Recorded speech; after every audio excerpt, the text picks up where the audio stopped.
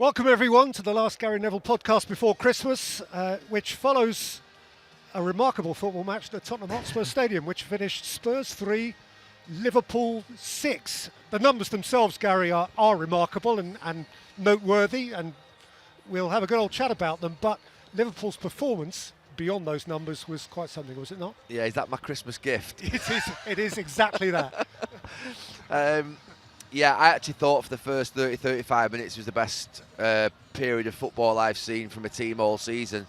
I think actually the quality, I mean, we're getting a lot of exciting games, particularly here, but the quality at the top at times has not been great this season, but I thought it was a really good performance. I know Tottenham maybe were always there for the taking today, and Jamie Carragher, one of Liverpool's own, I said to him when I met him in the changing room earlier on today to do that little piece, I think it was 1:10, I said, there is no other result than a Liverpool victory today. I mean, he thought the same as well. I just think, having been here the other night against Spurs, watching them get over the line against United in that game that they played in the Carabao Cup quarter-final, I just thought Liverpool would be all over them, and they were at it from minute one. They really were, in every single way. They were electric going forward. They were it was like a red wave when they were attacking, and then really good concentration on the defending part, because I think Tottenham can be dangerous, and we've seen that obviously in the second half, or parts of the first half as well, but towards the end. But that first 40 minutes when you can win the match and you're really sort of grabbing a game by the scruff of the neck, they really did that in every single way. And I thought the Trent Alexander-Arnold cross for the first goal, you know, sometimes you have a great view of something in a football match and you're up here and you just sort of Trent Alexander-Arnold on the ball down beneath us at right back, and you can just see Diaz, and you look up and think, right, what's he got? And you just see Diaz making that run, and you think, can he hit it? You know he's going to try and put it there, and to put it exactly where he wanted to. I mean, he makes it look really simple, but it is world class. We've never seen passing and crossing from a right back of that type ever, I don't think. And I can include all the great right backs sort of in terms of globally, not just ones who've played in the Premier League. It's absolutely sensational, it really is.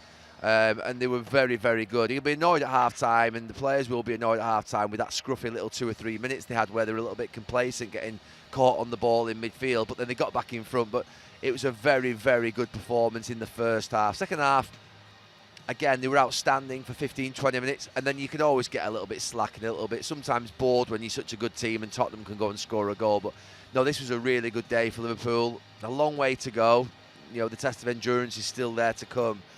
But I said before, I'm trying to think of Premier League managers who've had an impact in the Premier League in the first 4 months, 5 months, like Arne Slot has.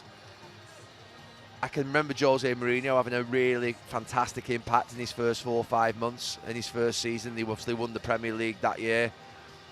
I can't think of many more. Pep Guardiola obviously struggled in his first season. Jurgen Klopp didn't win the title in his first season. For Arne Slot to do what he's done, having taken over from Jurgen Klopp, who was an idol at Liverpool, without a great deal of work in the transfer market, maybe that's been a positive, but you know, they did not get in the players that they wanted. I think it's a fantastic introduction, one of the best that we've seen from any manager into the Premier League, right at the very top of the league. You said something interesting to me just as we were about to do this, when we were talking about what we were going to debate, along the lines of Liverpool remind you of your team. It's always dangerous territory, because, you know, Liverpool fans don't like being likened to Manchester United and vice versa. But I wonder what you meant by that. There's just bits of it, in terms of sort of maybe I'm seeing sort of Beckham out here on the right where Trent Alexander-Arnold is whipping those unbelievable crosses in. I'm seeing them sort of make lots of runs in behind and committing lots of bodies forward. But mainly I'm seeing different styles of football within a game. We've been conditioned over this last 8 years to sort of this ideology of you have your philosophy of play. I don't see that with Liverpool. I see them playing with 3 or 4 different styles within the same match. See sometimes them playing long passes into forward players. I see sometimes them playing counter-attack. See sometimes them playing deep and having to be compact in games. See sometimes them playing really high press in the first 5, 10, 15 minutes of this match. So they can play in different ways, and whatever the game seems to need and require, they have that ability to be able to sort of do it. So if a team are pressing them back, they can all you know, basically sort of muck in, dig in together and sort of be compact and sort of defend as a unit. if the game's there to go for, then they'll overcommit and they'll push up the pitch and they'll play a high line and they'll get bodies up the pitch and they'll sort of go for it with a high press for 15, 20 minutes.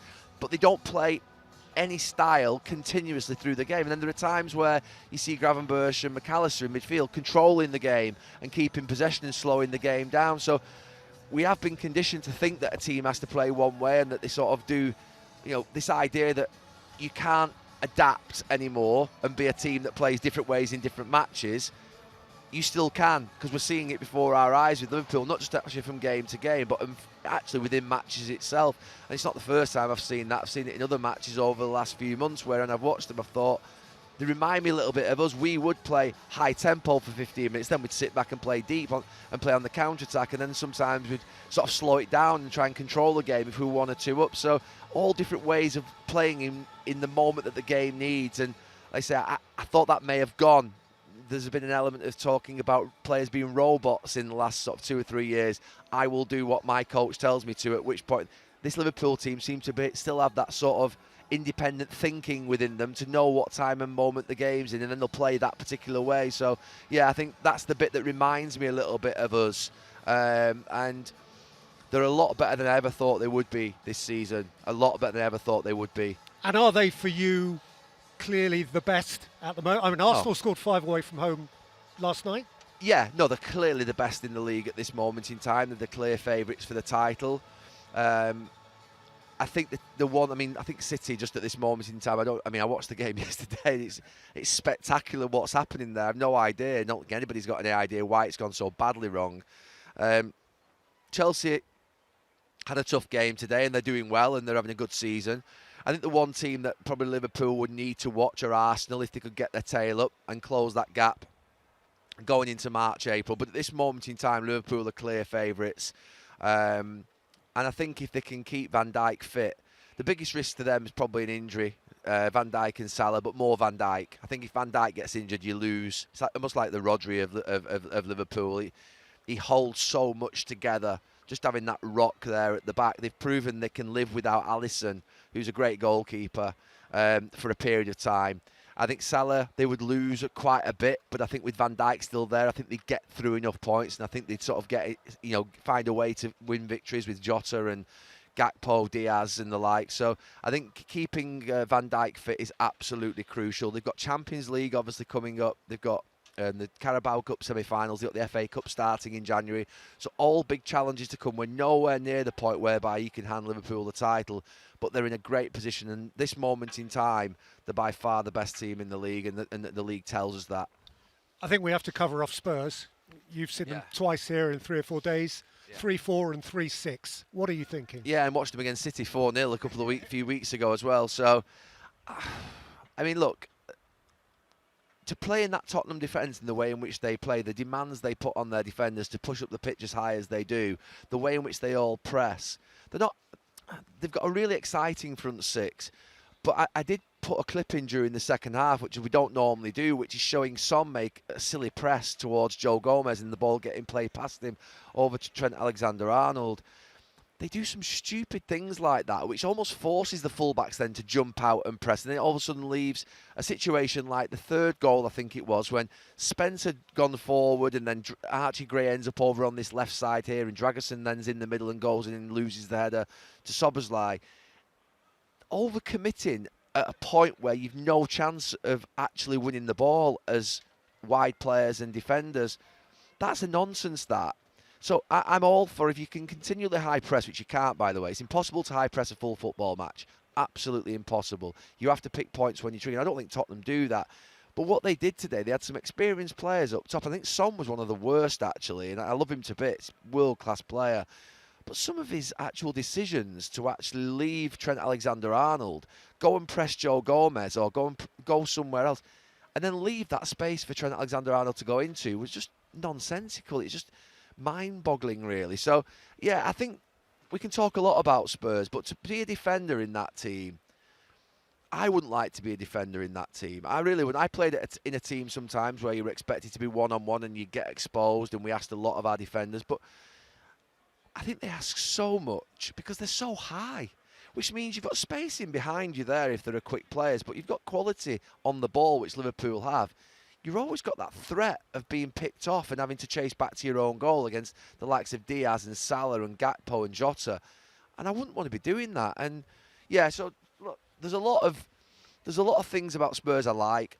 I love the style of play. The quality of their football is fantastic, to be honest. It's hard to play football that well, and Ange Postecoglou needs great credit for that.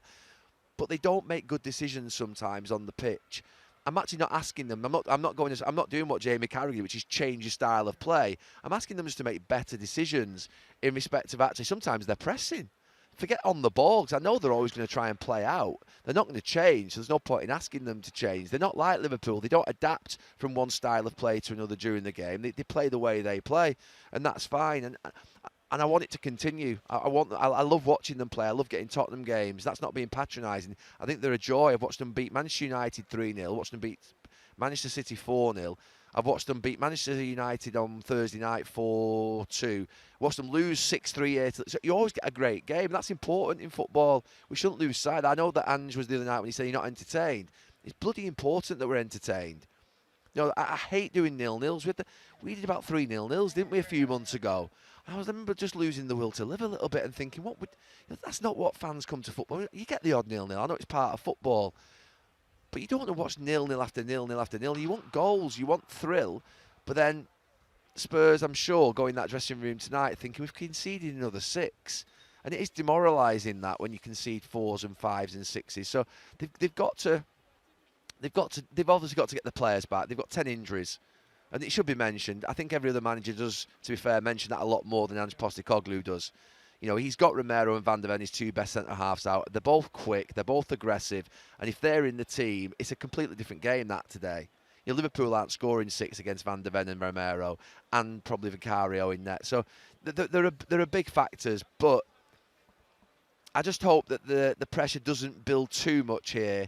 And I hope that obviously now these semi-finals in January, I hope they can get to a final. That's just because not because it's Liverpool. I just hope Tottenham can get to a final.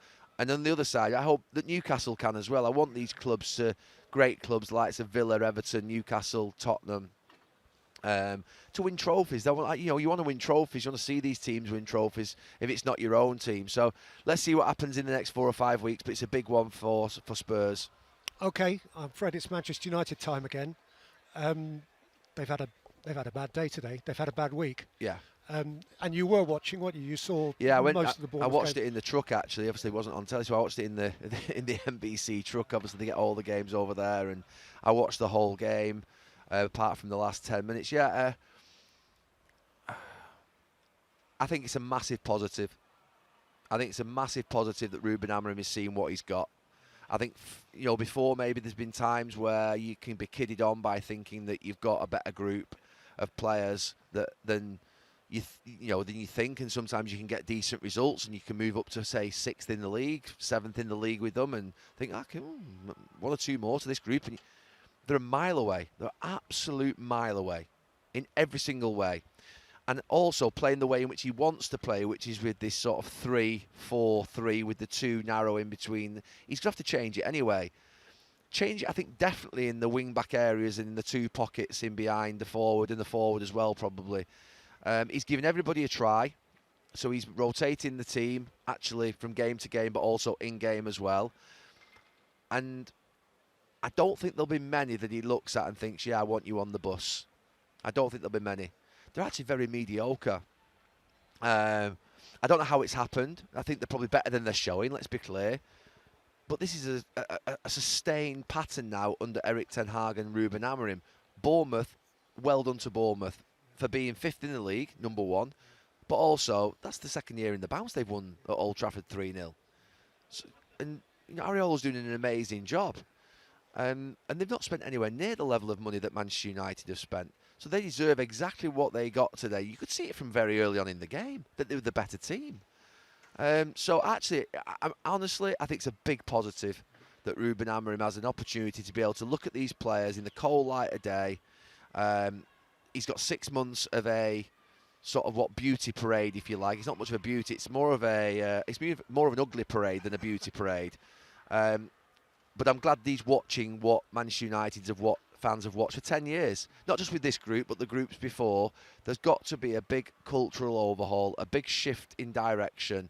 And yeah, it's a real torrid time. It really is. There's not a lot to like about the performance levels. There's not a lot to like about the way in which they play. And they're all probably really good lads. They're all probably lads who are trying their very best and are hurting every single night. So there's no sort of, if you like, personal assault here. It's just they're not good enough to be able to play for Manchester United where Manchester United aim to be. And that is at the very top. That's not arrogance. That's where Manchester United aim to be. It's where Liverpool aim to be. It's where Arsenal aim to be. It's where Chelsea aim to be. It's where Manchester City aim to be. Those 5-6 clubs, they need to be at the top. That's simple as that. That's where they want to be. And you've got to get there. And you've got to aim to get there. You don't always get there, that's obvious. But, it's quite clear watching them today, watching them here on Thursday night in a Carabao Cup quarter-final. They're not good enough. So they still have to play games week on week. Yeah. There still has to be a process. Yeah. Still people will turn up and pay their money at Old Trafford and watch them, 70-odd thousand of them. So what does, for you, realistically, does the rest of this season look like? Are you, in terms of ambition, sort of writing it off because it's an exercise in finding out about the players? Or is there an ambition, a sort of short-term ambition within this season? Well, the ambition's still got to be to win every single match. I mean, you can't change the ambition and trying to win a trophy of some kind. United have done that in the last 10 years. They've won a few trophies. But the main thing is letting the manager... it's going to take 2 or 3 transfer windows, but the next 2, January, I think, and the summer are very important. And I think there's going to be a big overhaul. Because one thing that Ruben Amorim said from day one is he's not changing his idea. He reiterated and reaffirmed that point time and time again, so he can't do that now. Please don't do that. I know he won't, but don't do that. You play your 3-4-3, that's how you play. And he said he would not change his idea. So he's got to stick with that. And he said whoever doesn't fit into it is ultimately not going to work. So that's what he has to do. It's not a system that Manchester United have ever played, but it's what this manager does. And you have to believe in the manager. You have to empower the manager at a football club to pick the team, to pick the system. That's the reason he's there. It's the reason he's the head coach. So I think the rest of the season is about getting to a point whereby you've worked out, the club have worked out, Ruben Amorim have worked out, and there's going to be some real pain, financial pain, I think, in getting rid of some of the players that are on sweet contracts and on good length of contracts. So it's not going to be easy to get rid of a lot of the players, but I think he's going to have to. I think they're going to have to. Anybody that's almost in some ways carrying more than probably 18 months, 2 years baggage of being part of it is going to probably have to go, barring a few of them, because it's not happening. It's getting worse, and there's not even a new manager bounce, really. The manager's given us a bounce because he's got an energy about him and an enthusiasm, but you can even see him becoming more drained game by game. His facial expressions and his body language on the side, you're thinking he's watching it and thinking, this is a bloody difficult job. This is going to be a tough old road, this, to get down. And he maybe have thought that at the beginning, but I think the reality will be hitting him sort of game by game because, yeah, a lot of the other teams that play against Manchester United look better. And it doesn't matter whether they're at the very top of the league, middle of the league, or at the bottom of the league. They just tend to look better. They tend to look more organised, harder working, and it's a struggle. It is. So let's hope he gets some respite over Christmas, and I hope you do too, Gary. Thank you. Thank you. We'll be back next weekend. yeah. Lost track of time. Thanks, Peter. Cheers, Gary.